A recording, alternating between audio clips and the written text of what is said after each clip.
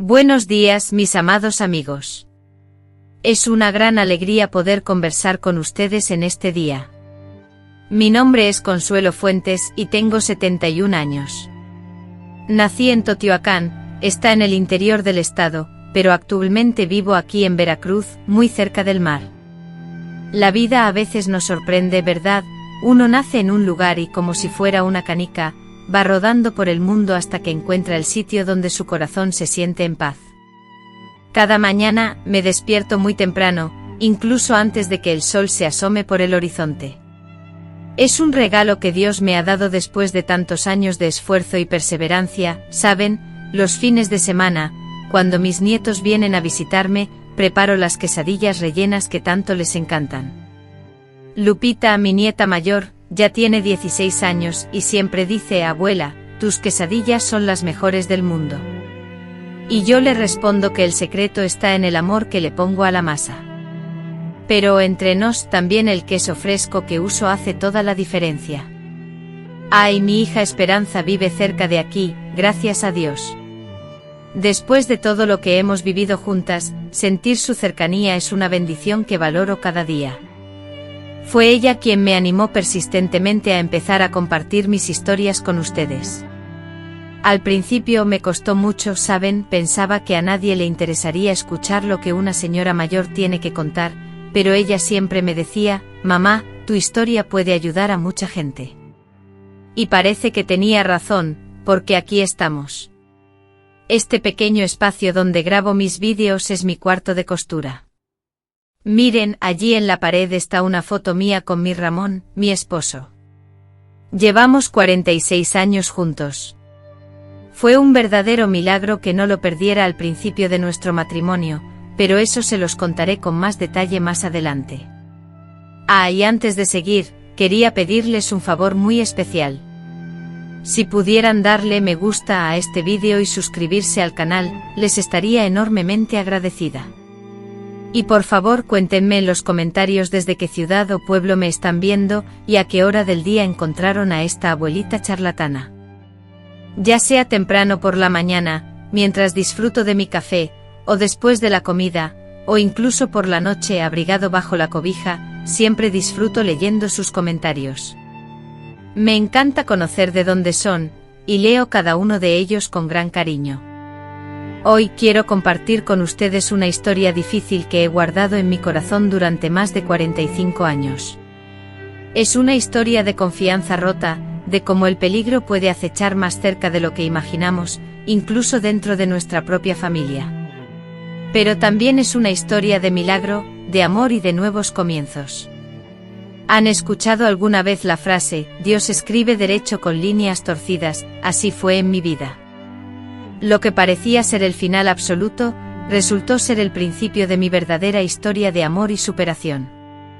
Y sobre eso es de lo que quiero hablarles hoy. Nací en una humilde casita en Teotihuacán, cerca de las pirámides. Era una casa de madera con un amplio patio delantero donde las gallinas escarbaban incesantemente y un patio trasero lleno de árboles frutales. Mi madre, Dolores, era una hábil costurera que confeccionaba ropa a medida para las mujeres de nuestro vecindario, desde vestidos elegantes hasta prendas de uso diario. Mi padre, Heriberto, era un trabajador incansable que se dedicaba a cultivar la tierra, plantando y cuidando hortalizas en los campos que rodeaban nuestro pueblo. Luego llevaba su cosecha fresca al mercado, donde la vendía a los vecinos. Éramos una familia humilde, de clase trabajadora, pero en nuestra mesa siempre había comida y en nuestros corazones, un amor incondicional que nos mantenía unidos. Éramos 5 hermanos: Gerardo, el mayor, a quien el Señor llamó a su lado hace aproximadamente 10 años, después, venía Zulema, 2 años mayor que yo era la hermana del medio, la tercera en la fila, y luego, estaban Dulce y el más pequeño, Octavio. Todos crecimos juntos en esa casa, compartiendo lo poco que teníamos, aprendiendo a valorar cada instante y a cuidarnos unos a otros. La casa de mi abuelo Ignacio, un hombre a quien admirábamos y respetábamos profundamente, estaba ubicada a unos 500 metros de la nuestra. Era la construcción más imponente de la zona, completamente hecha de concreto con un corredor enorme que la rodeaba por completo. El abuelo Ignacio era viudo desde que tengo memoria. Mi abuela Teodora falleció durante el parto de mi tío Gervasio, el menor de sus hijos. Pienso que tal vez esa pérdida tan temprana y dolorosa fue la causa de su carácter reservado y su semblante serio. Él era, sin duda, el patriarca de nuestra familia, la figura que guiaba y protegía a todos nosotros.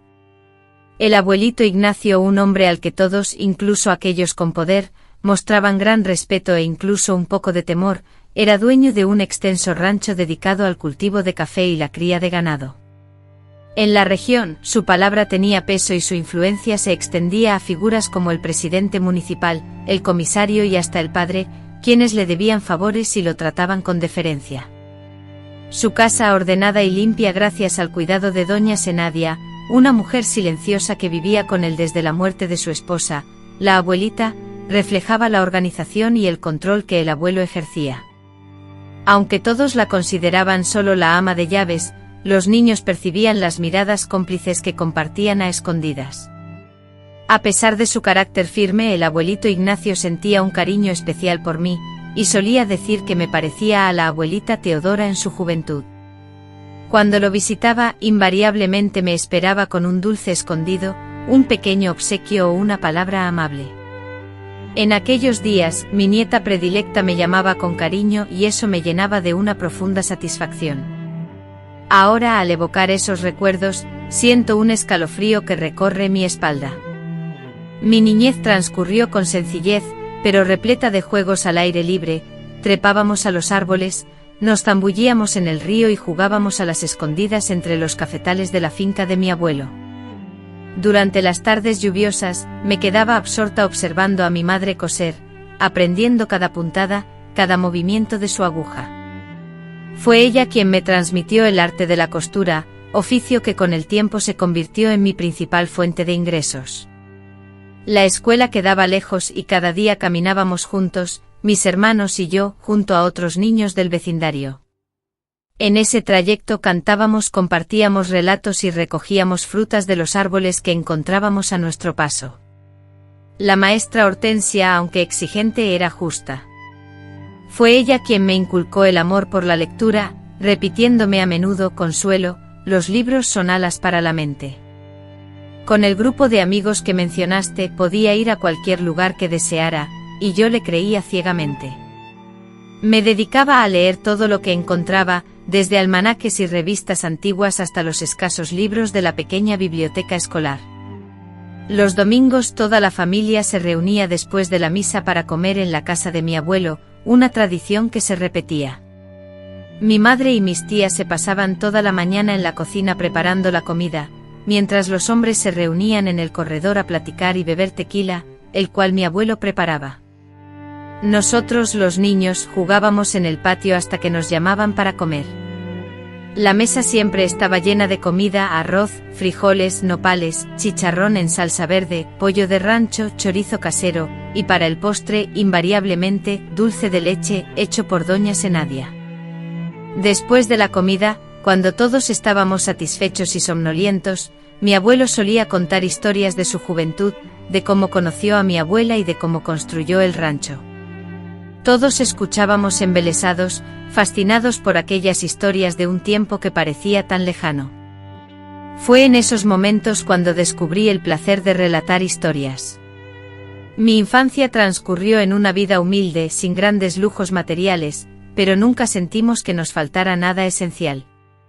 Por supuesto, enfrentábamos dificultades, como cuando las intensas lluvias convertían el camino en un lodazal intransitable, o cuando alguna cosecha se perdía a causa de las inclemencias del tiempo, o cuando alguien enfermaba y el médico más cercano se encontraba en el pueblo, a una distancia considerable. Sin embargo, siempre encontrábamos la forma de superar los obstáculos, siempre nos ayudábamos mutuamente.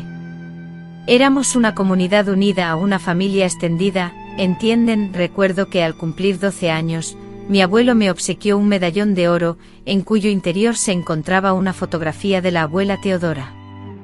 Para que nunca olvides a quién te pareces, me dijo con una sonrisa. Yo usaba ese medallón con orgullo, sin sospechar la profundidad que se escondía tras ese gesto, sin intuir que ese afecto especial ocultaba algo mucho más oscuro y complejo, algo que solo comprendería muchos años después. Fue también por esa época cuando empecé a percibir ciertas miradas de mi abuelo que me causaban una creciente incomodidad. Eran miradas que por el momento no podía explicar ni descifrar. Cuando era muy pequeña, no comprendía del todo lo que sucedía, solo sentía una incomodidad inexplicable. Notaba que la forma en que mi abuelo me observaba a veces era distinta a la manera en que miraba a mis hermanos o primos, había algo extraño, diferente. Sin embargo, intentaba apartar esos pensamientos de mi mente. Al fin y al cabo, él era mi abuelo, un hombre muy querido y respetado por todos. ¿Cómo podría haber algo malo en el que inocentes somos de niños, confiamos ciegamente en aquellos que deberían protegernos, sin imaginar que, a veces, el peligro se esconde en el hogar, disfrazado de amor y cuidado? Al cumplir 13 años mi cuerpo comenzó a cambiar, experimentando los cambios propios de la adolescencia.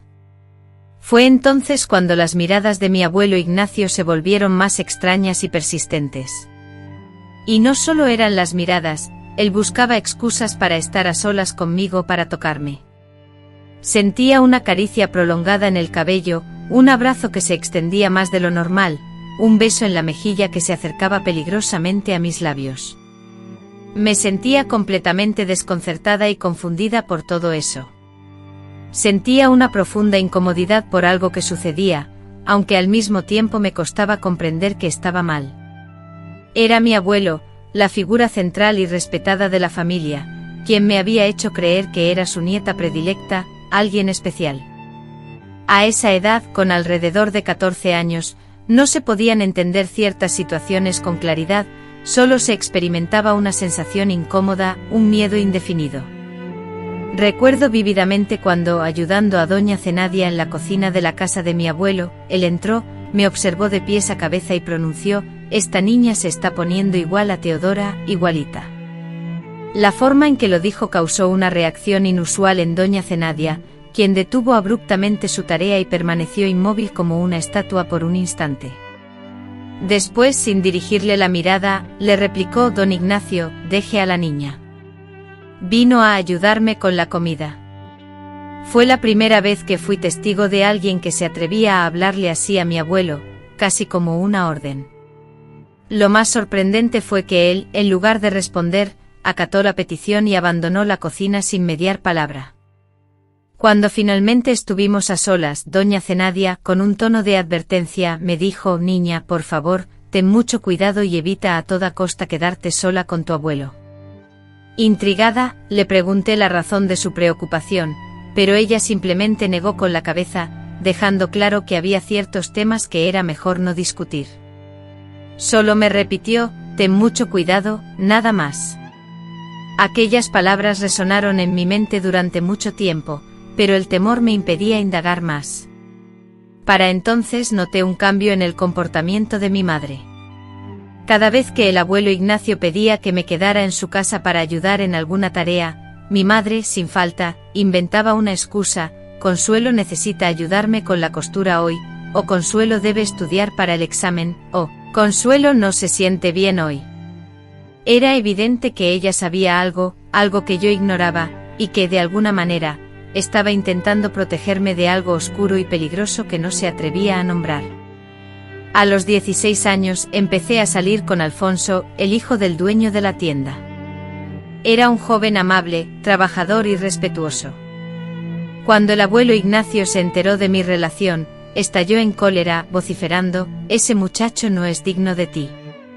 Provenían de una familia humilde sin educación formal ni posesiones materiales, algo que me resultaba peculiar, pues mi propia familia también carecía de riquezas y conocimientos, salvo por la sabiduría que emanaba de mi abuelo.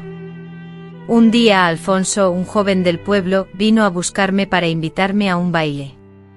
De forma inesperada, mi abuelo Ignacio apareció en nuestra casa sin ser invitado, y al ver a Alfonso, estalló en una rabieta, gritando que yo era demasiado joven para tener novio y que Alfonso no era un hombre digno para mí. Mi padre intentó mediar, pero el abuelo Ignacio, como patriarca de la familia, era quien tomaba las decisiones. Su palabra era ley. El noviazgo se acabó ese mismo día. Alfonso, temiendo la ira de mi abuelo, nunca más se atrevió a acercarse a mí. Después de ese incidente, el abuelo Ignacio comenzó a visitarnos con más frecuencia. Me colmaba de regalos, vestidos elegantes, zapatos nuevos, perfumes finos, cosas que mi familia, sumida en la pobreza, jamás podría permitirse. Mi madre, disgustada por esta situación, intentaba rechazar los obsequios, pero mi padre, temeroso de ofender al abuelo, insistía en aceptarlos, argumentando que solo era un abuelo que quería mimar a su nieta. Hoy comprendo que mi padre también sentía temor por la autoridad que ejercía el abuelo. A mis 18 años me convencí de que debía marcharme de ese lugar. El comportamiento del abuelo se volvía cada vez más raro, más controlador. Conversé con mi madre sobre la posibilidad de ir a trabajar a la ciudad, quizás en alguna de las tiendas del centro. Al principio ella se mostró reacia, pero creo que en el fondo sabía que era lo mejor para mí. Fue entonces cuando mi tía Eulalia, hermana de mi madre y residente en Veracruz, nos visitó. Al enterarse de mi deseo de dejar Teotihuacán, me propuso: ¿por qué no vienes conmigo a Veracruz? Allá hay muchas más oportunidades para una muchacha. Mi madre, en un inusual momento de firmeza, apoyó la propuesta de inmediato. Mi padre vaciló, preocupado por la reacción del abuelo Ignacio, pero finalmente aceptó. Cuando el abuelo se enteró, irrumpió en nuestra casa lleno de furia. Nunca olvidaré aquella escena.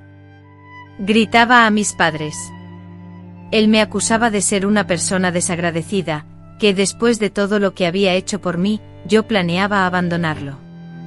Me gritaba que yo era igual a su madre, una ingrata. En ese instante algo se reveló en mi mente. No se refería a mi madre, sino a mi abuela Teodora. Por primera vez comprendí que su afecto especial hacia mí estaba vinculado a mi parecido con mi abuela, quien ya había fallecido. A pesar de mis dudas iniciales, finalmente accedí a ir a Veracruz con mi tía Eulalia. Sentí como si respirara por primera vez. La ciudad era completamente distinta a todo lo que conocía. El mar, la arquitectura, la diversidad de personas me brindaron una sensación de libertad. Encontré empleo en una tienda de telas en el centro, donde don Salvador, un español amable, me enseñó sobre las diferentes telas, la atención al cliente y la administración de la tienda. Con el tiempo comencé a realizar pequeños arreglos de costura en el establecimiento, utilizando los conocimientos que mi madre me había transmitido. Fue en esa pequeña mercería, ubicada en el corazón del centro, donde conocí a Ramón, quien se convertiría en mi esposo. Él era representante de una fábrica de telas de la Ciudad de México y solía visitar la tienda de don Salvador, el dueño del establecimiento. Recuerdo su mirada serena y su voz grave, un hombre siempre atento y respetuoso. Durante nuestras primeras conversaciones, incluso cuando la conversación se hacía más íntima, jamás intentó tocarme. Decía con una sonrisa amable que deseaba seguir las costumbres de antaño, hacer las cosas de manera correcta y con el tiempo adecuado. Ramón fue el primer hombre que me hizo sentir valiosa, completa, y no solo como un objeto a ser admirado o una posesión. Fuimos novios durante 2 años, un periodo lleno de felicidad. Él viajaba a Veracruz una vez al mes debido a su trabajo, y aprovechábamos cada instante que teníamos juntos. Caminábamos por la playa, sumergidos en largas conversaciones sobre nuestros sueños y anhelos, y planeábamos un futuro juntos. Cuando finalmente me propuso matrimonio, no dudé ni un segundo en aceptar. La noticia de nuestro compromiso llegó hasta Teotihuacán, mi ciudad natal. Mis padres, aunque contentos por mi felicidad, expresaron cierta preocupación. Sin embargo, la reacción de mi abuelo Ignacio fue aún más reveladora. Permaneció en silencio, un mutismo que, por extraño que parezca, me inquietó más que cualquier posible enojo. Decidimos organizar una sencilla fiesta de compromiso en la casa de mi tía Eulalia, un lugar acogedor y familiar. Invitamos a mi familia de Teotihuacán, a la familia de Ramón, que residía en la Ciudad de México, y a algunos amigos que habíamos conocido en Veracruz. Para mi sorpresa, el abuelo Ignacio, conocido por ser un hombre de pocas palabras, confirmó su asistencia. Afirmó que no se perdería el compromiso de su nieta predilecta por ningún motivo. Esas palabras que en el pasado me llenaban de orgullo y afecto, ahora, en ese contexto, me causaban una sensación de inquietud. La fiesta de compromiso se celebró un sábado soleado y despejado. Todo transcurrió con normalidad y alegría hasta el momento en que Ramón y yo, radiantes, nos disponíamos a cortar el pastel. El abuelo Ignacio, visiblemente afectado por la bebida, se acercó a nosotros y, con una voz suficientemente alta para que todos escucharan, exclamó: «Esta niña es idéntica a Teodora, igualita, hasta en sus gestos». Luego, dirigiendo su mirada a Ramón, añadió: «Cuídala bien, muchacho. Si no, yo mismo me encargaré de hacerlo». No fue solo el contenido de sus palabras, sino la forma en que las pronunció. Había una amenaza sutil, una posesividad en su tono que me hizo sentir un escalofrío helado recorriendo mi cuerpo. Al notar mi evidente turbación, Ramón, con la misma exquisita tacto que siempre había admirado en él, desvió la conversación, apartándome suavemente de mi abuelo. Más tarde, ya a solas, me interrogó con una mirada comprensiva: «¿Hay algo que te preocupe respecto a tu abuelo y que quieras compartir?». La necesidad de hablar, de liberar la carga emocional que había acumulado durante años, me embargó, pero las palabras se atascaban en mi garganta. ¿Cómo describir lo que ni siquiera yo comprendía del todo? Tras un breve forcejeo interno, negué con la cabeza, admitiendo tan solo que mi abuelo era un hombre complicado, con un carácter fuerte y propenso a beber en exceso. Si bien no mentía, esa descripción era incompleta. 3 meses después, en una ceremonia íntima en la iglesia de San José en Veracruz, contrajimos matrimonio. El abuelo Ignacio, excusándose por enfermedad, no asistió. La noticia me produjo un alivio inmenso. Aquel día, libre de cualquier sombra, fue el más dichoso de mi vida hasta entonces. Tras la boda, Ramón y yo nos establecimos en un modesto departamento en Veracruz, situado cerca de la playa de Mocambo. La vida era plácida y la felicidad nos acompañaba.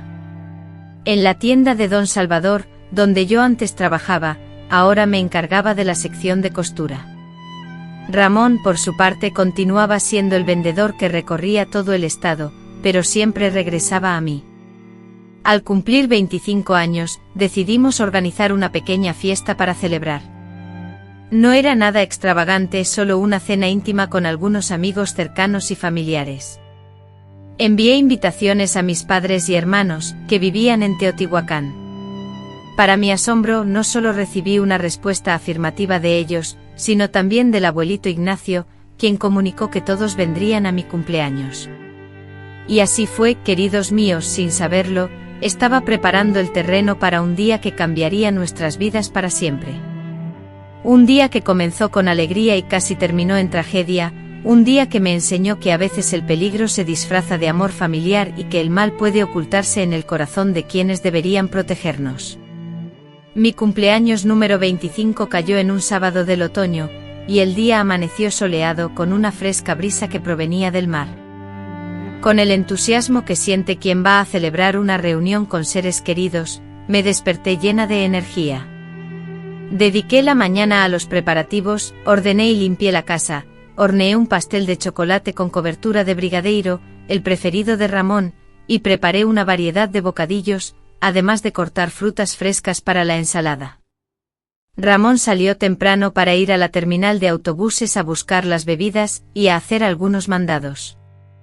Mis padres, mis hermanos y, para mi inquietud, el abuelito Ignacio llegarían alrededor de las 3 de la tarde. La fiesta estaba programada para comenzar a las 5, hora en que llegarían también nuestros amigos de Veracruz. Cerca de las 3:30 escuché el timbre, era mi familia de Teotihuacán. Mi madre fue la primera en entrar, abrazándome con fuerza y emanando el aroma a lavanda que siempre usaba. Luego entró mi padre, como siempre más reservado, pero con una sonrisa de orgullo en el rostro. Después llegaron mis hermanos, Zulema, Dulce y Octavio. Gerardo lamentablemente no pudo venir porque su esposa estaba a punto de dar a luz. Y finalmente, como una sombra, hizo su entrada el abuelito Ignacio. Su figura se veía avejentada, más encorvada de lo que guardaba en la memoria, como si el tiempo hubiese dejado una marca profunda. Sin embargo, sus ojos, aquellos ojos penetrantes, conservaban el mismo brillo inquietante que siempre lo caracterizaba, y se fijaron en mí con una intensidad que me perturbó. Me abrazó lentamente, demorándose en el gesto, y susurró en mi oído con una voz cargada de afecto, llamándome mi nietecita preferida, añadiendo que me parecía cada vez más a ella. Un escalofrío me recorrió la espalda, pero mantuve una sonrisa forzada, una máscara que ocultaba mi incomodidad, sin saber cómo reaccionar de otra manera. Poco después, Ramón, cargado con bolsas de compras, llegó a la casa. Lo presenté formalmente al abuelo Ignacio con un apretón de manos. Aunque se habían cruzado brevemente en el compromiso, apenas habían intercambiado palabras. Ambos hombres se midieron con la mirada. Mi marido, siempre atento a las buenas maneras, le tendió la mano y le dedicó una sonrisa. El abuelo Ignacio, sin corresponder a la sonrisa, respondió al saludo con un apretón firme y casi agresivo.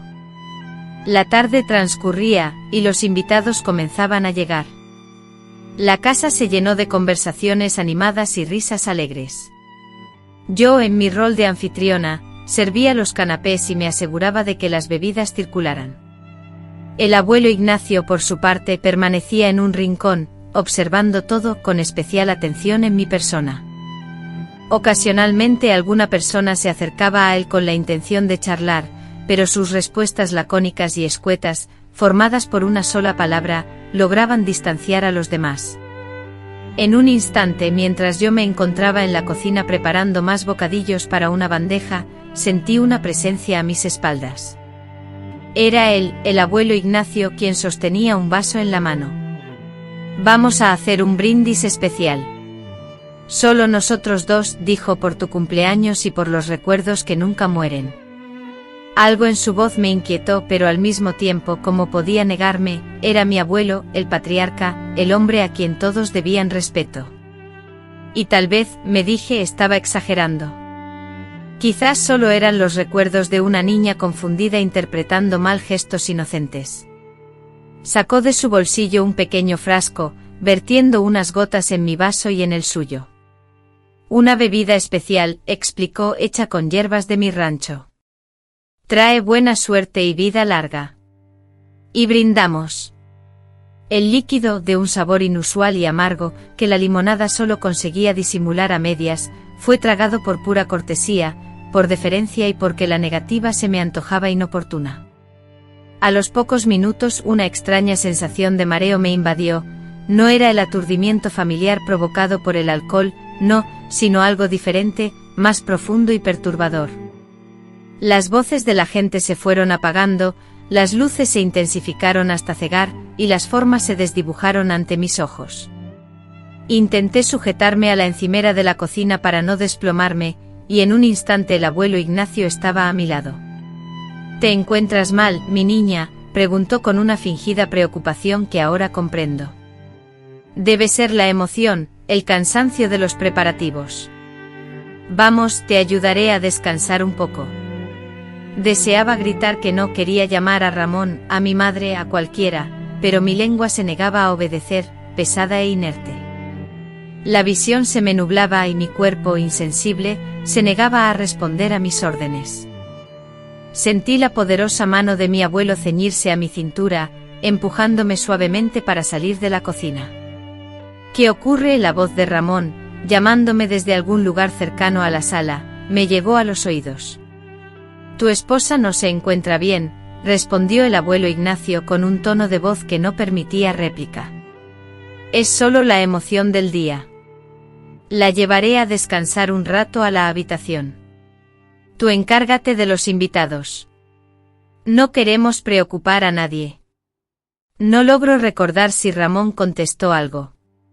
Lo siguiente que recuerdo es ser conducida por el pasillo, alejándome de las risas y conversaciones de la fiesta, en dirección a nuestro dormitorio. Lo que sucedió después retorna a mi memoria en forma de imágenes borrosas, como los fragmentos de una pesadilla. Distingo el colchón bajo mi espalda, el sonido de la puerta cerrándose, el rostro de mi abuelo inclinado sobre mí, con sus ojos que ahora revelaban un brillo que ya no intentaba ocultar.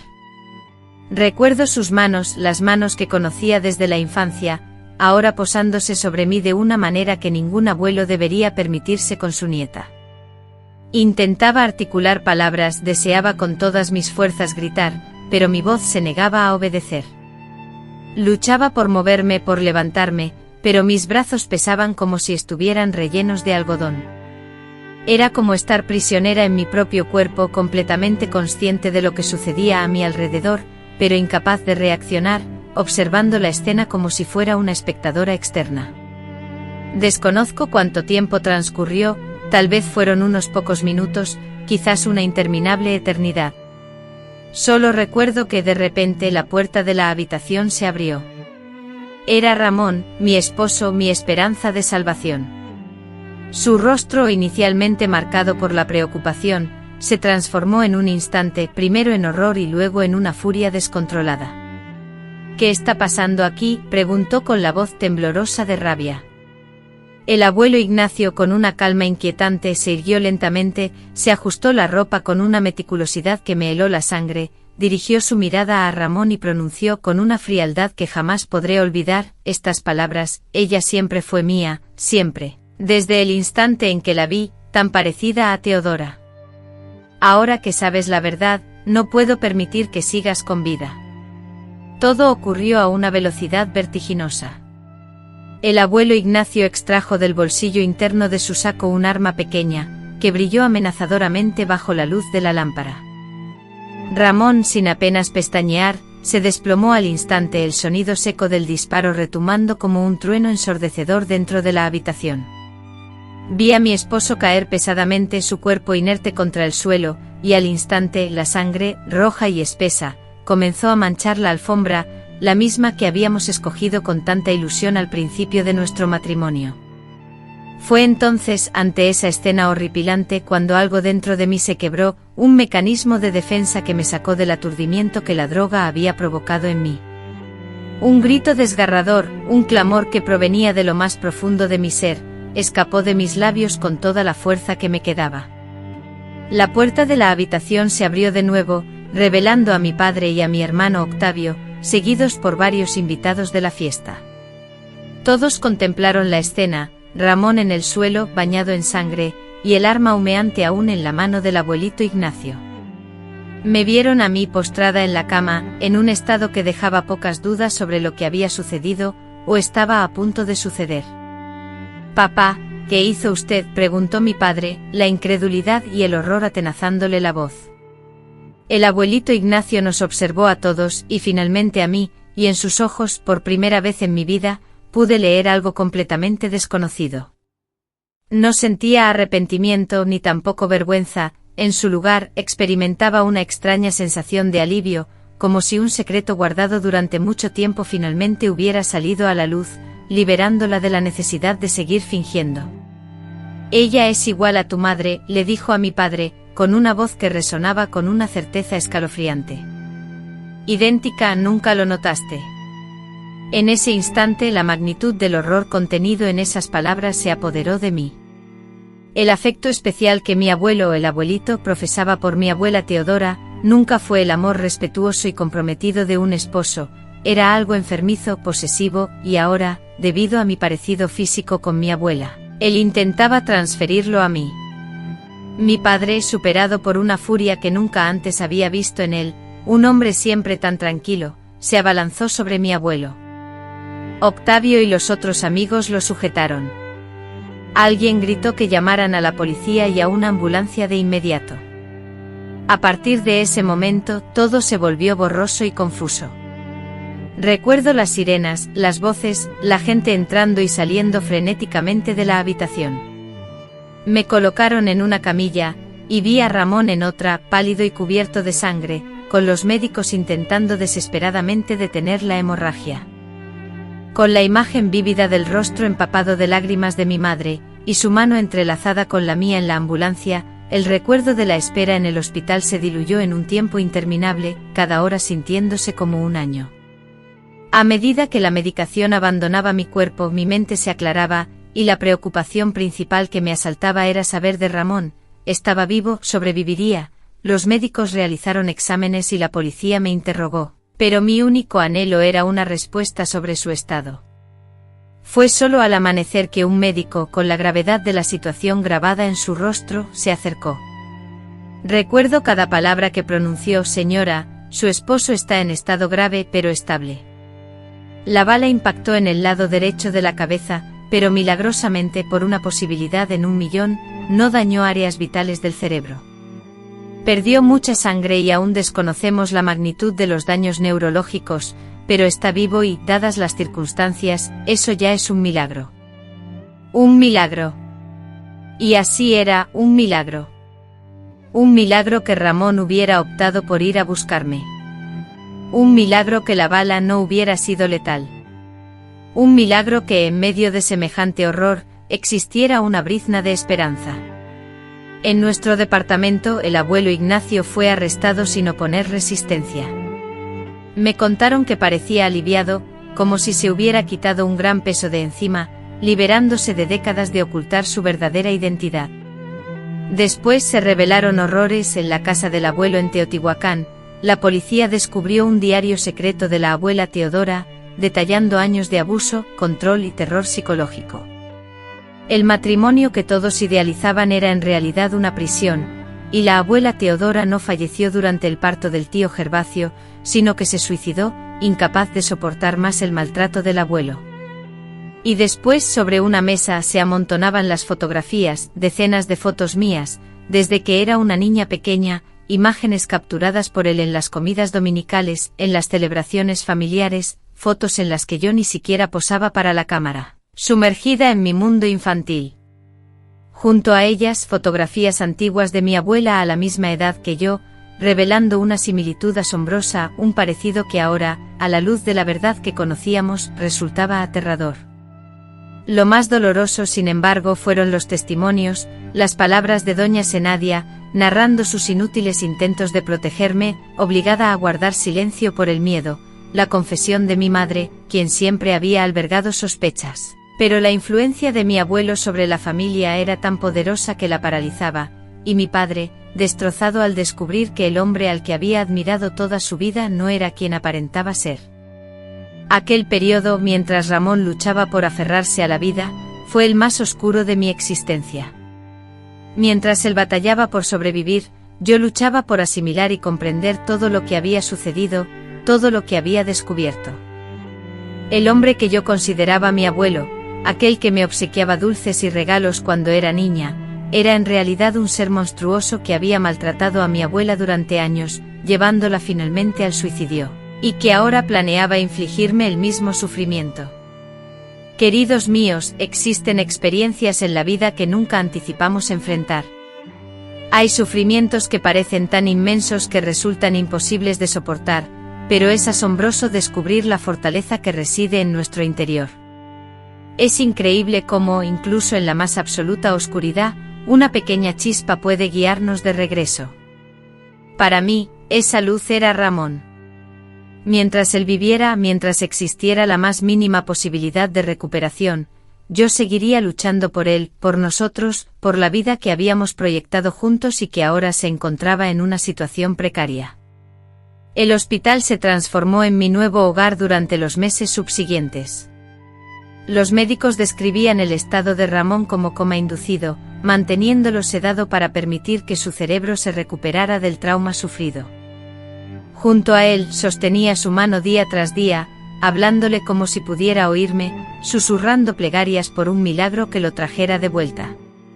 Mientras tanto, afuera el mundo se deshacía y volvía a formarse, el abuelo Ignacio, tras las rejas, a la espera de su juicio, y la prensa local, implacable, publicando la noticia: patriarca intenta matar al yerno tras ser sorprendido abusando de su propia nieta.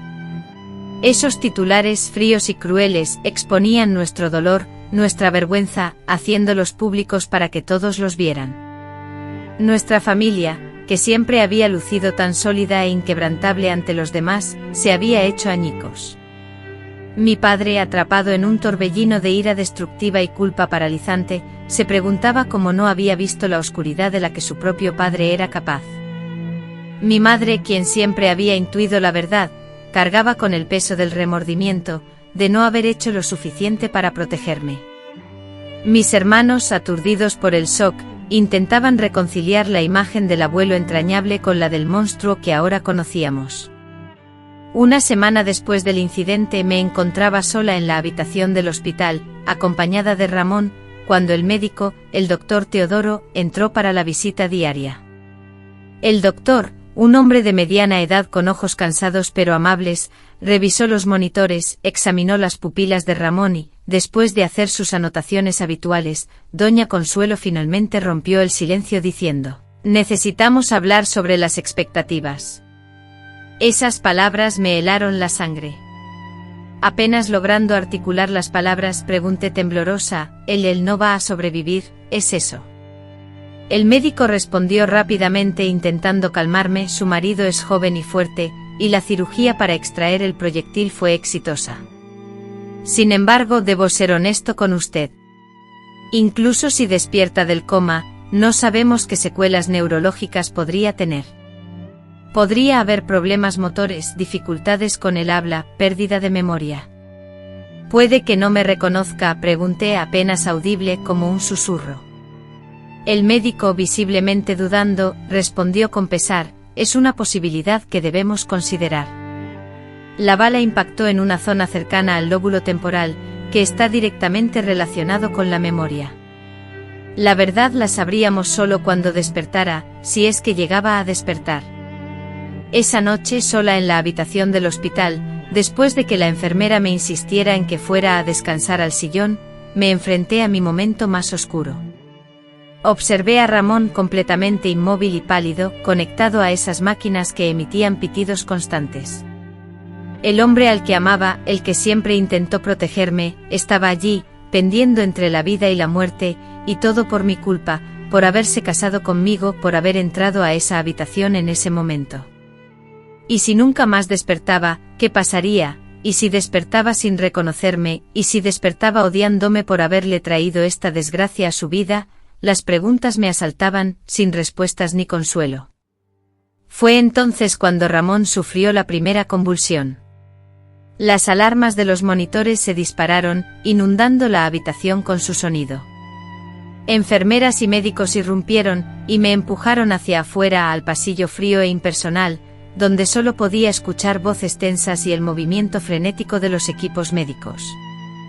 Deslizándome por la fría pared hasta el suelo, me desplomé por completo, cediendo a un dolor que había estado reprimiendo desde el incidente.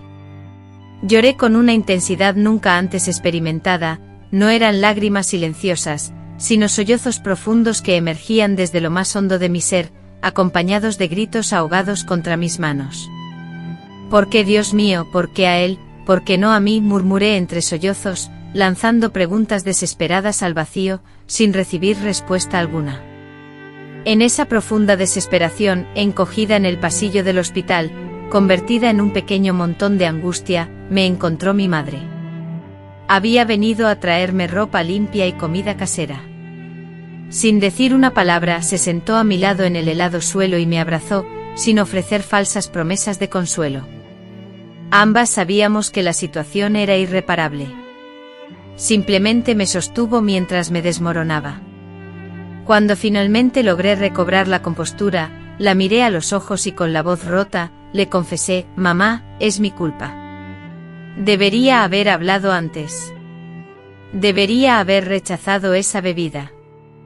No, su voz era inquebrantable, más resuelta de lo que jamás la había escuchado. «La responsabilidad recae sobre él, exclusivamente sobre él, y también sobre mí, por no haber actuado con mayor firmeza para resguardarte». La observé atónita ante la determinación en su tono. «Siempre tuve la certeza de que había algo perverso en la manera en que tu abuelo te observaba», prosiguió. «Siempre supe que albergaba una oscuridad. Tu abuela antes de se detuvo, sopesando sus palabras. Antes de fallecer, Teodora me buscó. Ella estaba al tanto de que yo esperaba a tu padre. Me previno insistiendo en que jamás te dejara a solas con él. No proporcionó una explicación, pero la comprendí. Y pese a ello, no actué con suficiente diligencia. Esa confesión provocó una nueva oleada de dolor, mezclada, paradójicamente, con un cierto alivio. No estaba trastornada. Aquellas miradas, esa incomodidad, no eran producto de mi imaginación. Eran reales. Siempre lo habían sido. En ese instante algo se transformó dentro de mí. La sensación de impotencia empezó a ceder ante una ira fría, controlada, no una ira destructiva, sino una que aportaba claridad y propósito. Pagarás por lo que hiciste, dije con una voz sorprendentemente serena. No solo por Ramón ni por mí, sino también por la abuelita Teodora y por todas nosotras. Mi madre asintió lentamente confirmando sí, hija, y te acompañaremos. Cuando el médico finalmente salió de la habitación, su rostro, aunque serio, no mostraba desolación. Hemos logrado estabilizarlo, anunció. La convulsión fue una reacción del cerebro al trauma, pero también puede ser una señal de actividad, de recuperación. Ajustaremos la medicación y vigilaremos de cerca. Esa diminuta llama de esperanza fue suficiente para infundirme la fuerza necesaria para afrontar lo que seguía. Al día siguiente me dirigí a la comisaría para formalizar mi declaración. Relaté todo sin omitir detalle alguno, las miradas furtivas de mi infancia, los tocamientos indebidos, las insinuaciones que se fueron volviendo más atrevidas con el paso del tiempo, su comportamiento posesivo, los celos que sentía ante cualquier hombre que se acercara a mí, y su obsesión con mi parecido con mi abuela. Expresar en voz alta todo lo que había callado durante años fue como extirpar un tumor canceroso que había crecido en mi interior. El proceso fue doloroso como una herida que sangra, pero sabía que era esencial para mi sanación. Unos días después recibí la noticia de que el abuelito Ignacio sería acusado no solo de intento de asesinato contra Ramón, sino también de abuso sexual. El fiscal del caso, el doctor Osvaldo, me explicó que con el diario de mi abuela, las fotografías encontradas en su casa y los testimonios de otros familiares, había evidencia más que suficiente para obtener una condena muy grave. Sin embargo, existía un obstáculo importante para reforzar el caso. Sería crucial que yo declarara personalmente en el juicio, que mirara directamente a los ojos del hombre que había arruinado tantas vidas y contara mi propia historia. La sola idea me causaba terror.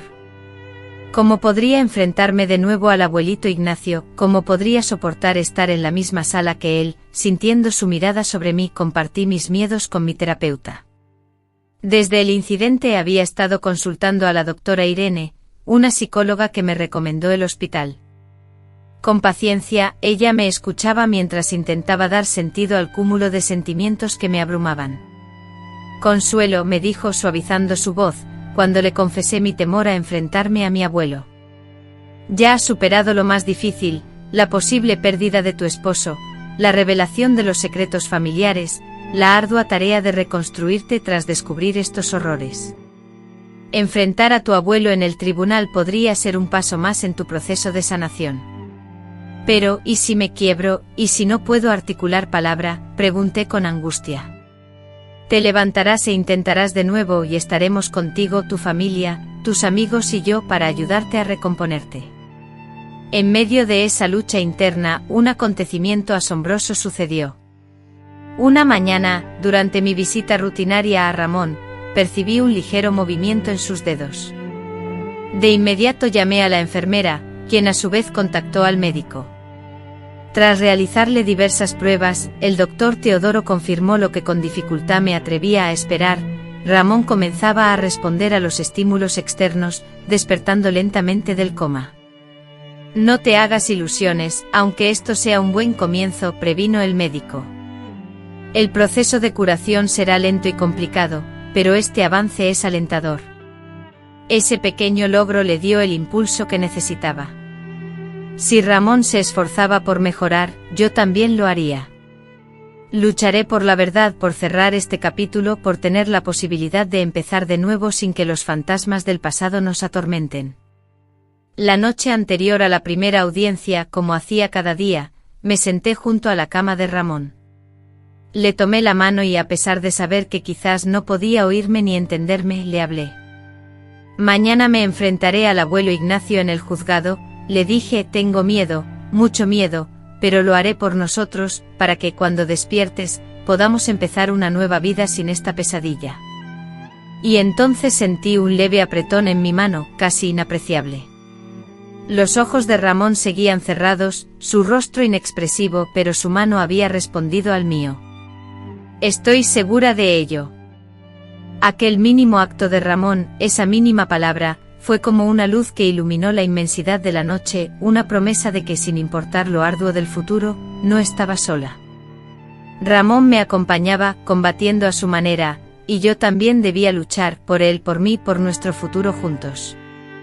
Al día siguiente mis piernas temblaban mientras caminaba hacia el tribunal, pero mi cabeza se mantenía alta. Cuando el abuelo Ignacio fue conducido a la sala, esposado y custodiado, nuestros ojos se encontraron por primera vez desde el evento. Busqué en sus ojos el monstruo que ahora reconocía, pero hallé algo distinto, algo sorprendente, un hombre envejecido, debilitado, desprovisto del poder y la autoridad que siempre lo habían rodeado. Fue entonces cuando comprendí algo fundamental, ya no tenía poder sobre mí. Nunca más lo tendría. Cuando llegó mi turno de declarar, mi voz no se quebró.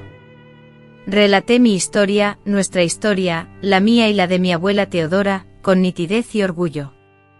No oculté nada, no resté importancia a nada. A pesar del dolor que implicaba revelar la verdad, era imperativo que todas nosotras la dijéramos. Al concluir mi testimonio, fijé mi mirada directamente en mi abuelo y pronuncié las palabras que había repetido mentalmente incontables veces: usted me robó mucho, incluso casi le arrebata la vida al hombre que amo, pero no logrará arrebatarme mi futuro. No me arrebatará la capacidad de amar y ser amada. Nunca más me silenciará. Él permaneció impasible sin mostrar arrepentimiento, remordimiento ni ninguna emoción. Pero eso ya no era relevante. Lo crucial era que yo había hablado, había roto el silencio que había protegido su comportamiento abusivo durante generaciones. Al abandonar el juzgado ese día, el sol otoñal doraba Veracruz con su luz. Respiré profundamente, sintiendo por primera vez en meses que quizás, solo quizás, existía un mañana que valía la pena vivir. Con la esperanza renacida en mi corazón, regresé al hospital para permanecer junto al hombre que se había jugado la vida por mí, y que con lentitud pero de manera constante, recuperaba el camino de vuelta hacia mí. El juicio del abuelo Ignacio se extendió por casi 3 meses, con audiencias interminables, testimonios que causaban dolor y revelaciones que sacudieron a nuestra familia hasta sus cimientos. No obstante, la justicia triunfó. Fue sentenciado a 20 años de prisión por el intento de asesinato de Ramón, y a 12 años adicionales por los delitos de abuso y violencia, una condena que, dada su avanzada edad, implicaba que probablemente pasaría el resto de su vida entre rejas. Sin embargo, la verdadera victoria, amigos míos, no radicó en la condena de mi abuelo. La auténtica victoria comenzó una tarde de abril, casi 5 meses después de aquel fatídico día de mi cumpleaños. Como cada día, estaba sentada junto a la cama de Ramón en el hospital, leyendo en voz alta un libro que habíamos empezado juntos antes del accidente. Los médicos nos habían recomendado hablar con él, incluso en su estado de coma, pues creían que podía oírnos aunque no pudiera responder. Así que yo leía, le contaba sobre mi día, sobre el juicio, sobre todo. En ese momento estaba leyendo un fragmento de un viaje a una playa lejana, cuando sentí que Ramón apretaba mi mano, no como un reflejo involuntario, sino de forma distinta, más fuerte y consciente. Dejé de leer de inmediato y con la voz temblorosa por la esperanza, pronuncié su nombre, Ramón. Sus ojos se abrieron lentamente parpadeando ante la luz, esos ojos que temía no volver a ver abiertos jamás, pero que por un instante aterrador, parecieron vacíos, sin reconocer. Luego, con una voz ronca, casi inaudible, que fue el sonido más hermoso que jamás había escuchado, dijo mi nombre, Chelo. Tras llamar a las enfermeras, estas contactaron al doctor Teodoro. Se llevaron a cabo diversas pruebas médicas. Se le hicieron preguntas sencillas: ¿cuál es su nombre? ¿En qué año estamos? ¿Sabe dónde se encuentra? Con indescriptible alivio, Ramón demostró saber quién era. Reconocía su propia identidad y la mía. Presentaba fallos en la memoria, especialmente en relación al día del incidente y las semanas previas, pero su esencia permanecía intacta. El milagro que tanto había rogado finalmente se había manifestado. Sin embargo, esto era solo el principio de un largo proceso de recuperación. Ramón necesitaba reaprender a caminar, a ejecutar movimientos precisos y su habla se veía comprometida, a veces las palabras escapaban de su mente, esquivas como peces. La cicatriz en su sien derecha donde la bala había impactado, era un constante recordatorio de lo que casi perdimos, pero estaba vivo. Día a día, Ramón recuperaba su conciencia y su ser. Durante su rehabilitación, permanecí a su lado constantemente. Aprendí de los fisioterapeutas cómo asistirlo en los ejercicios de recuperación. Junto con la fonoaudióloga aprendí diversas técnicas que podían ayudarle a recuperar el habla. Modifiqué nuestra dieta, siguiendo las indicaciones de la nutricionista. Nuestra vida entera se centraba en su recuperación, y eso no me preocupaba en absoluto. Para mí, era un privilegio poder cuidarlo, especialmente después de que arriesgó su vida para salvarme. Recuerdo una tarde, casi 2 meses después de que despertó del coma, estábamos en el jardín del hospital, practicando ejercicios de caminata. Todavía necesitaba el andador para moverse, y sus pasos eran muy inseguros. De pronto se detuvo, se giró hacia mí y, con la nueva vacilación en su habla, me dijo: Chelo, ¿qué pasó aquel día? Recuerdo entrar en la habitación y ver a tu abuelo, pero después nada. Era la primera vez que me preguntaba directamente sobre lo sucedido. Los médicos nos habían recomendado no forzar la recuperación de los recuerdos traumáticos, sino dejar que afloraran de manera natural. Y efectivamente estaban volviendo. Respiré hondo y le conté con la mayor suavidad posible lo que había ocurrido. Al terminar, vi lágrimas en sus ojos. Creí que sus palabras de disculpa se debían al dolor provocado por los recuerdos, pero me sorprendí cuando escuché: perdón por no haber llegado antes. Me quedé sin habla momentáneamente. Después de todo lo que había padecido, después de casi morir en el intento de protegerme, él se disculpaba por no haberme resguardado mejor. Ramón, le dije sujetando su rostro entre mis manos, eres el hombre más valiente que he conocido. Me salvaste. Entraste en esa habitación sin saber a qué te enfrentarías y casi lo pagaste con tu vida. No tienes nada, absolutamente nada, por lo que disculparte. Él entrelazó sus dedos con los míos, besó mi palma y, con una claridad que no había tenido en semanas, afirmó: lo haría todo de nuevo sin dudarlo. Fue en ese instante que supe con absoluta certeza que juntos seríamos capaces de superar cualquier adversidad. No obstante, la vida rara vez se ajusta a nuestros planes. Cuando Ramón fue dado de alta del hospital, nos percatamos de que no podríamos regresar a nuestro antiguo departamento. El antiguo departamento en Veracruz, con sus numerosas escaleras inaccesibles para las nuevas necesidades de Ramón y repleto de recuerdos del pasado, no era un lugar adecuado para su recuperación. Afortunadamente, mi hermana Zulema y su esposo, Lorenzo, quienes residían en Cancún desde hacía varios años y eran propietarios de una posada cerca de la playa, nos ofrecieron una solución: vengan a quedarse con nosotros, propuso Zulema. El clima de la costa le sentará bien a Ramón y tenemos una pequeña casa en la propiedad que pueden usar el tiempo que necesiten. Sin dudarlo, aceptamos su generosa oferta y, a pesar de vender el departamento por un precio inferior al esperado, nos mudamos a Cancún, sintiendo un alivio similar a respirar aire fresco tras meses de asfixia. La casita, aunque modesta, era un refugio acogedor con un porche que daba a un jardín lleno de flores. El suave sonido del mar se convertía en una constante y reconfortante compañía. Además, la cercanía de mi hermana y su familia nos brindaba el apoyo emocional que tanto necesitábamos mientras Ramón continuaba su rehabilitación, mostrando una lenta pero constante mejoría en su habla. Después de un año del incidente, sus pasos se volvieron más seguros, podía caminar sin apoyo por trayectos cortos, pero aún necesitaba un bastón para distancias mayores. Aunque su memoria no se recuperó por completo, presentando ocasionalmente lagunas, sobre todo relacionadas con el día del incidente, podía formar nuevos recuerdos sin dificultad. Tal vez fuera mejor así, pues algunos recuerdos son cargas difíciles de soportar. En cuanto a mi recuperación emocional, fue un proceso largo y gradual.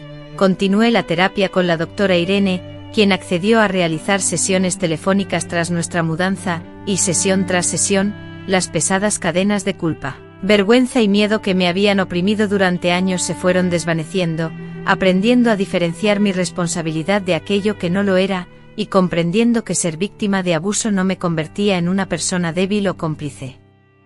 Comprendí que el daño infligido por mi abuelo a mí, a mi abuela y a toda nuestra familia emanaba de su propia naturaleza sombría, y no era una consecuencia de nuestras acciones.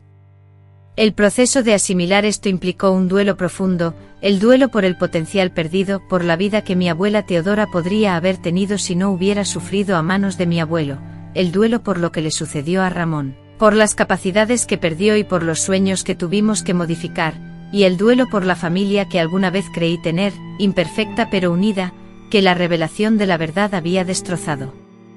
Sin embargo, como la marea que baja siempre precede a la marea que sube, el duelo, con el tiempo, dio paso a algo nuevo e inesperado, la libertad. La libertad de las sombras del pasado, de las expectativas opresivas y del miedo constante. La libertad para redescubrir mi verdadera identidad y mi potencial. En Cancún encontré la oportunidad de retomar la costura, primero realizando pequeñas reparaciones para los huéspedes de la posada de mi hermana, y luego, creando prendas de playa que vendíamos en la recepción. Por sugerencia de Ramón, establecí mi propio taller, especializado en la confección de ropa ligera y colorida que reflejaba la atmósfera vibrante de Cancún. Este fue un nuevo comienzo para ambos. Ramón, cuyo trabajo previo al accidente lo obligaba a viajar constantemente, halló una nueva dirección en su vida. Con su carácter afable y sus intactas habilidades numéricas, comenzó a colaborar con mi hermana y mi cuñado en la gestión de la posada, hasta convertirse en socio de ellos, utilizando el capital proveniente de la venta del departamento y la indemnización judicial. Permanecimos en Cancún durante casi una década, un periodo de curación, redescubrimiento personal y reconstrucción de nuestras vidas sobre las ruinas de nuestro pasado. Allí forjamos amistades, echamos raíces y experimentamos una paz que parecía inalcanzable tras el trauma que habíamos sufrido, aunque el recuerdo y el anhelo del mar de Veracruz siempre permanecieron latentes en nuestros corazones. En 1989, después de que Ramón se recuperara por completo de sus lesiones, aunque conservaba una leve cojera en la pierna derecha y a veces tartamudeaba al hablar cuando se sentía fatigado, tomamos la decisión de regresar, no al mismo barrio donde habíamos vivido antes, ni con la intención de recrear el pasado, sino para comenzar una nueva etapa en una ciudad que, pese a todo, seguíamos considerando nuestro hogar. Adquirimos un modesto apartamento en Mocambo, cerca de la playa, situado en la planta baja de un edificio antiguo y con un encanto especial.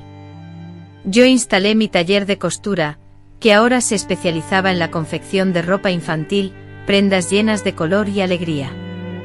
Ramón, aprovechando la experiencia que había ganado en la posada, fundó una pequeña agencia de turismo enfocada en ofrecer rutas accesibles y adaptadas a personas con movilidad reducida. Y así, mis queridos, edificamos una nueva vida, una vida que no buscaba olvidar el pasado. Las cicatrices, tanto las visibles como las internas, permanecían presentes, pero ya no nos definían. Era una vida llena de propósito, de alegría, y de un amor que renacía con cada nuevo día. En cuanto al abuelo Ignacio, falleció en la cárcel 5 años después de ser sentenciado. Yo no asistí a su funeral, pues no sentí la necesidad de despedirme, ni de buscar una conclusión que ya había hallado por mi cuenta. Prefiero recordar que la verdadera victoria no radicó en su castigo, sino en nuestra capacidad de sobrevivir, de rehacer nuestras vidas y de encontrar la felicidad, a pesar de todo lo sucedido. Como bien dice el refrán, la mejor venganza es una vida bien vivida. Esa fue la venganza que Ramón y yo elegimos. Y así hemos llegado hasta el día de hoy, mis queridos. Han transcurrido más de 45 años desde aquella noche oscura, y miren la vida que Dios me ha permitido disfrutar. Seguimos aquí en Veracruz, en el mismo departamento en Mocambo, que adquirimos cuando regresamos de Cancún. Por supuesto, a lo largo de los años, hemos realizado algunas modificaciones.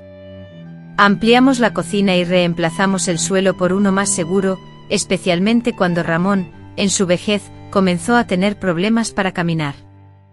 Pero este es nuestro hogar, nuestro refugio, donde nos sentimos protegidos. La vista al mar sigue siendo mi fuente diaria de alegría. Cada mañana, fiel a mi costumbre, me despierto temprano, un hábito arraigado desde que vivía en el campo, y salgo al balcón con mi taza de café.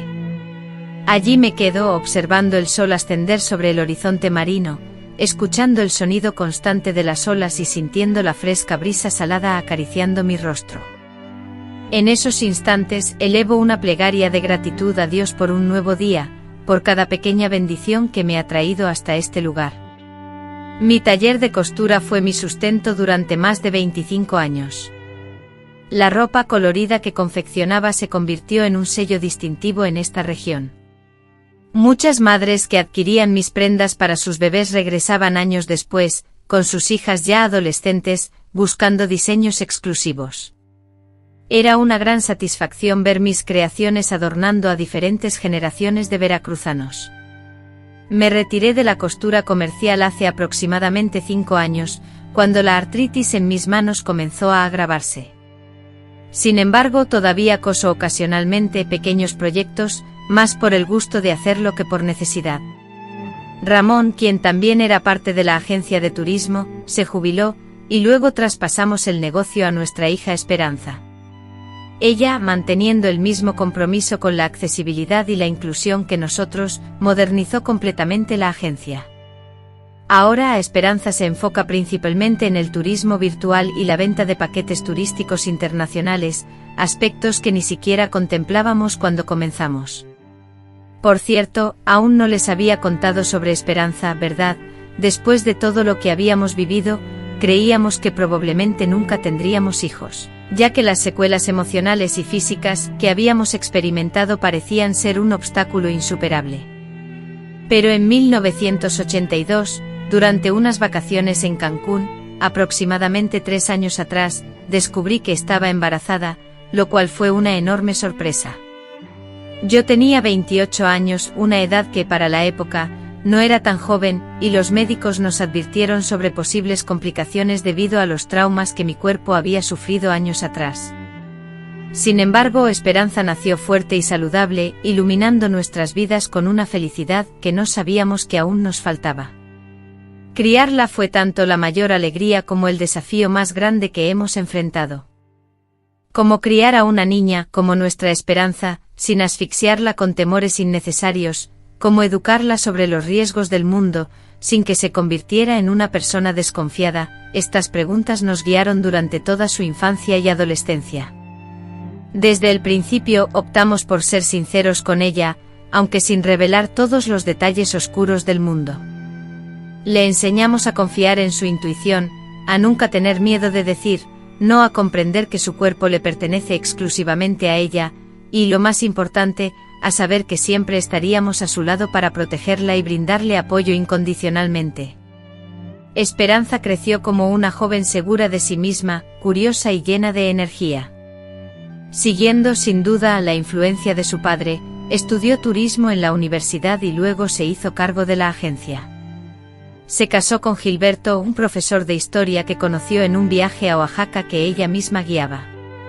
De esa unión nació nuestra nieta Lupita, que ahora tiene 16 años y es idéntica a su abuela cuando era joven. Todos lo dicen, excepto yo, que veo en ella los ojos llenos de vida de su abuelo. Ramón, mi querido amigo y compañero de vida, que ha compartido conmigo innumerables experiencias, ahora con 76 años a cuestas, muestra nuevamente los efectos de aquella herida en la cabeza que sufrió hace mucho tiempo. Aunque parecía haberlos superado durante los primeros años después de su recuperación, ahora, con el paso del tiempo, se han manifestado de nuevo. Su cojera en la pierna derecha se ha intensificado, por lo que necesita un bastón para moverse distancias cortas dentro de casa y una silla de ruedas para los paseos más largos. Su habla se ve afectada en ocasiones, especialmente cuando está cansado o se siente emocionado. Su memoria fluctúa con días en los que recuerda con claridad y otros en los que la evocación es más difícil, pero lo fundamental, lo esencial de su ser, permanece intacto, su corazón generoso, su mirada llena de amor y su espíritu inquebrantable. A pesar de todo, sigue siendo el primero en proponer un paseo a la orilla del mar en los días soleados. Aún me sorprende con pequeños detalles, como una flor que recoge del jardín del edificio o un dulce de la panadería, sabiendo lo mucho que me gustan. Y como lo ha hecho durante casi medio siglo, continúa tomando mi mano todas las noches antes de dormir. Nuestra vida diaria, ahora, es tranquila y sosegada, como corresponde a una pareja de ancianos que han recorrido juntos un largo camino. Después de disfrutar de la calma matutina y reflexionar en el balcón, preparo café para los dos. A Ramón le gusta que le lea el periódico pues su vista ya no es tan buena. Juntos comentamos las noticias del día, charlamos sobre la vida de nuestros vecinos y planificamos actividades sencillas para la jornada. 2 veces por semana nos dirigimos al centro de fisioterapia. Ramón realiza ejercicios para mantener su movilidad y yo asisto a un grupo de estiramientos para personas mayores.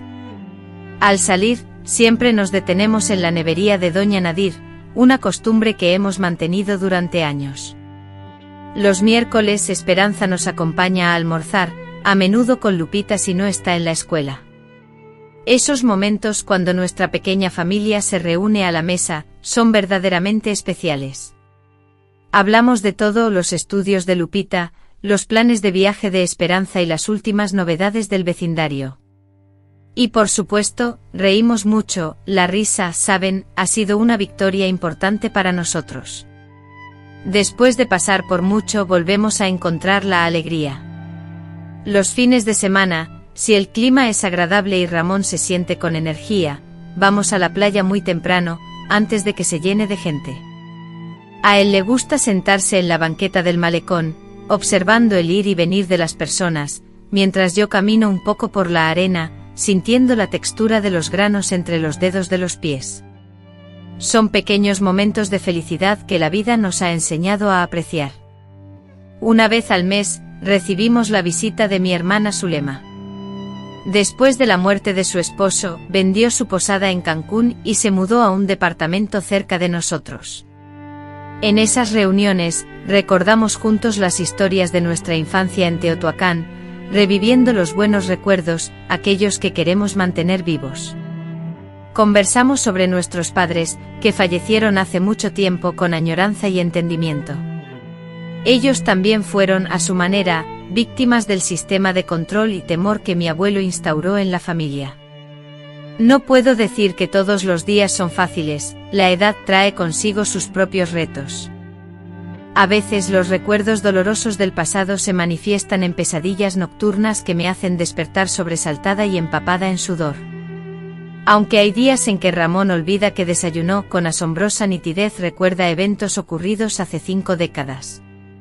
Mis manos, a veces, sufren un dolor agudo de artritis que dificulta incluso sostener una taza, pero estos momentos de sufrimiento se ven eclipsados por la belleza y la alegría que la vida nos regala, la radiante sonrisa de Lupita al mostrar sus buenas notas, el tierno mensaje de esperanza en el Día de las Madres, la impresionante puesta de sol que contemplamos desde nuestro balcón, y la cálida sensación de la mano de Ramón entrelazada con la mía mientras vemos televisión.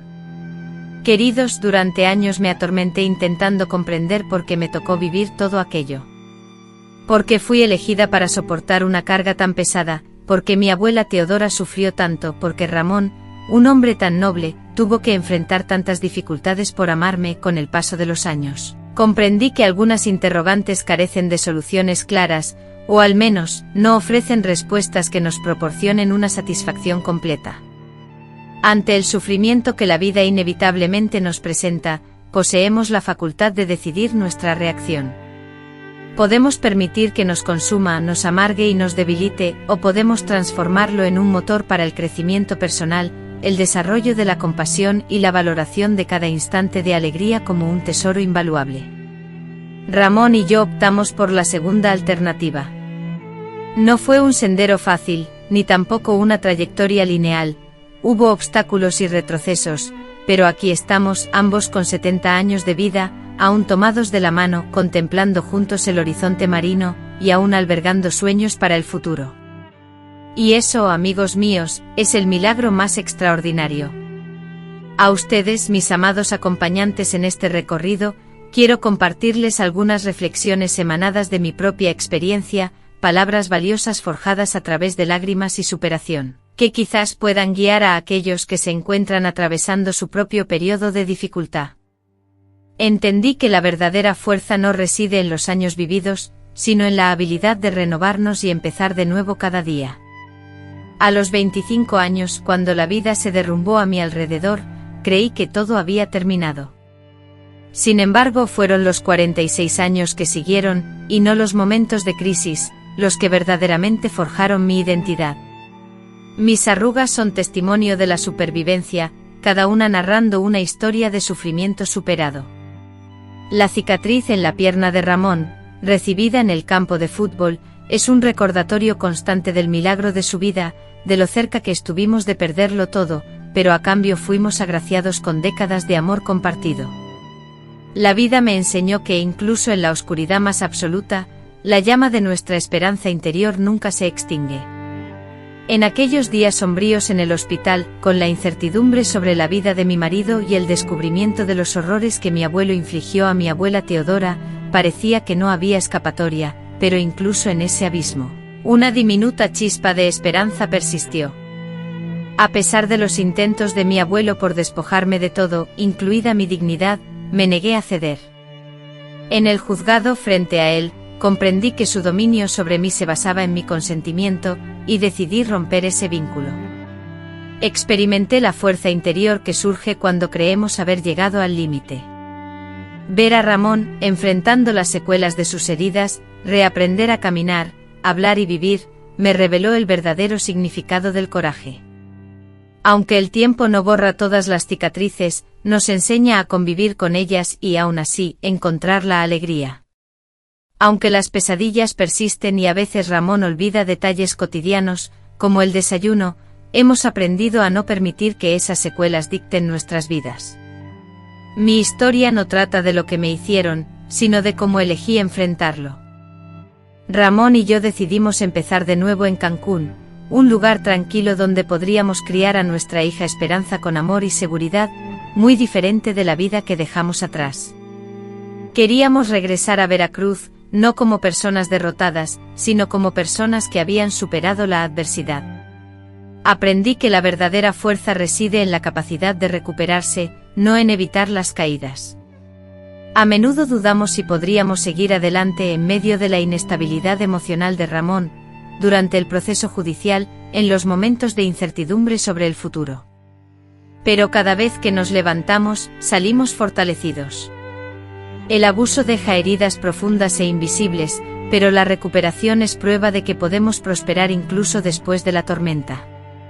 Veo esta misma fortaleza en mi nieta Lupita, una joven segura de sí misma, que creció sabiendo su valor porque rompimos el ciclo de abuso que había marcado a generaciones de nuestra familia.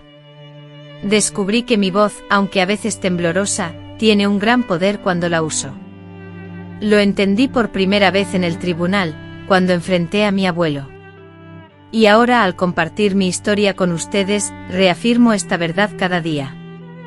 La vida, con el paso de los años, me ha enseñado sabiamente que nunca es tarde para empezar de nuevo. A los 25, a los 35, o incluso a los 50, en cada etapa de mi vida he hallado la capacidad de reinventarme, y aquí me encuentro, a los 71 años, explorando aún nuevos horizontes.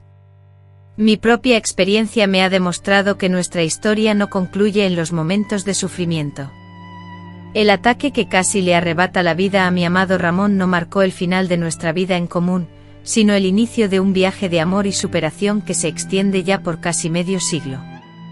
Aprendí que sobrevivir es una forma de resistencia, y vivir una vida plena, la mejor venganza posible.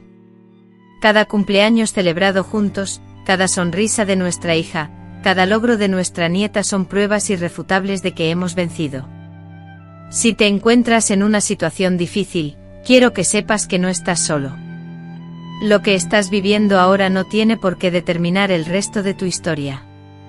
Hay un futuro esperándote más allá de ese dolor, y en tu interior reside una fuerza que quizás aún desconoces. A ti, que me has acompañado hasta este momento, si mi relato ha logrado conmover tu corazón, te pido que dejes la palabra milagro en los comentarios, ya que eso fue precisamente lo que experimenté aquella noche terrible. Un milagro que salvó la vida de mi esposo, nos brindó una segunda oportunidad y nos permite estar aquí, compartiendo hoy esta historia de superación. Agradezco profundamente tu atenta escucha. Que Dios los bendiga a todos y cada uno de ustedes, y que la esperanza nunca se ausente de sus corazones, incluso en los momentos más sombríos. Si este vídeo te ha gustado, por favor, no olvides darle me gusta y suscribirte a Memorias de las Abuelas. Además, me encantaría saber desde qué lugar de México o del mundo me están viendo, así que cuéntenmelo en los comentarios.